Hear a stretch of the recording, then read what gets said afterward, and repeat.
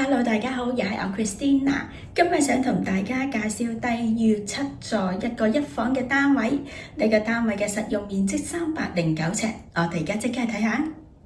單位係用咗電子門鎖，喺走廊個位置呢就有呢個微波爐同雪櫃。轉個彎喺呢個位置係一個簡單嘅開放式廚房，有收納嘅空間，可以明火煮食。而下邊呢仲有個洗衣機添。單位嘅飯廳位置放到張4人座位嘅餐椅，3人座位嘅梳化可以放到㗎。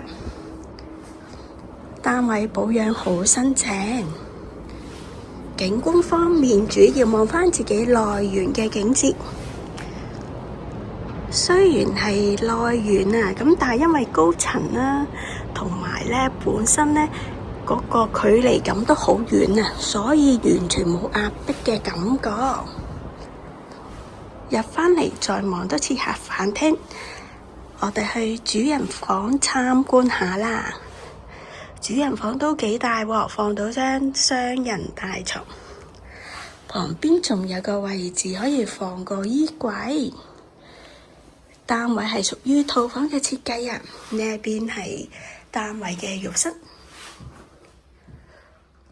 浴室呢係用咗呢個淋浴嘅設計。